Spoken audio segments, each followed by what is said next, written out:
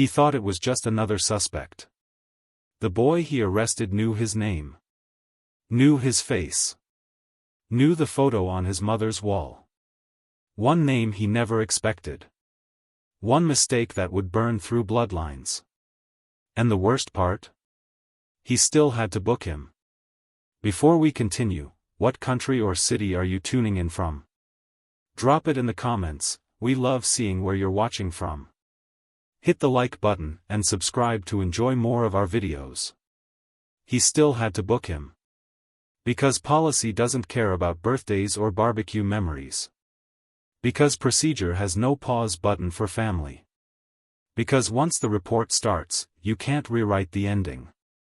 Malik sat across the steel table, hoodie damp from the rain, wrists red from the cuffs. He didn't speak. Not once. But he looked. And that look? It was the same one from years ago. The night they buried Brian's little brother, Malik's father. A face carved in quiet pain. A face that remembered who left and who stayed gone.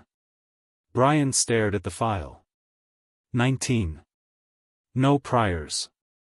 Student. Freelancer. Sketches of sneakers paperclipped to a resume. Wrong place. Wrong hour. Wrong skin. The arrest was over a petty theft tip, called in by someone who couldn't describe a face, just a shade. He thought it was just another suspect. The usual drill. Radio call. Loose description. Black male. Hoodie. Backpack. Possibly armed. Possibly not. But when Officer Brian slammed the cuffs on, the boy turned. Eyes full of something deeper than fear. And Brian, already tired, already pissed at the world, saw a hoodie, saw a slow walk, and stopped thinking. He didn't ask questions. He didn't give the benefit of the doubt. He reacted. And now, here he was, sitting across from a boy who still called his mother Auntie Lynn, in his head. The ride to the station was 10 minutes. 10 minutes of no eye contact. No questions. Just the hum of the engine, and the quiet sound of something sacred tearing apart. Brian didn't check the mirror once. Didn't look at the boy in the back seat. Because if he did, he might see his brother's face again. And he wasn't ready for that. The last time he saw him, Malik was 10, gap-toothed, smiling, wearing a ketchup-stained Black Panther shirt at a backyard cookout. Malik tripping over his own feet, giggling. His brother, Brian's baby brother, grilling ribs, laughing with a toothpick in his mouth. Alive. Whole. Before the accident. Before the distance. Before Brian left without saying goodbye. He'd walked away from family. And now family had come back in cuffs. Malik didn't ask why. Didn't cry. Didn't yell. He just slid the sketchpad forward. A single drawing, sneakers, mid-top, hand-labeled Resilience ones. Below it, a slogan, still standing. Brian felt the page heavier than any badge. Because that sketch wasn't for show. It was a quiet declaration. The kind of message boys like Malik were forced to write in art when the world didn't let them speak. The next day, Malik was released. No charges. No apology. Just silence and paperwork. Brian stood by the station door, watching him walk away. Back straight, hood up, dignity intact. But inside, the fracture widened. Because no manual trains you for arresting a relative you forgot existed. No academy tests you on recognizing your own blood after years of distance. He drove home. Parked outside his mother's house. The porch light was still broken. Same way it had been during the funeral. Inside, that photo still hung on the hallway wall. Brian, his brother, and Malik, 5 years old, on his shoulders. A moment trapped in time. Back when they were whole. Before badges. Before silence. That night, Malik opened his laptop. Uploaded his designs to a small forum. Didn't mention the arrest. Didn't call anyone out. But his newest drop? It was titled Probable Cause. No words. Just shoes, and scars. Because validation wasn't the point. The point was memory.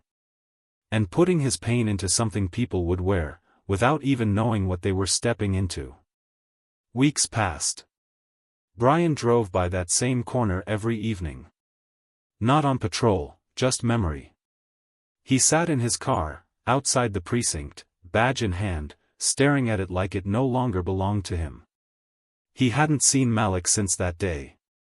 Didn't expect to. Didn't think he deserved to. But when he looked up at the billboard above the sneaker shop a few weeks later. Black and white photo. No words. Just a shoe.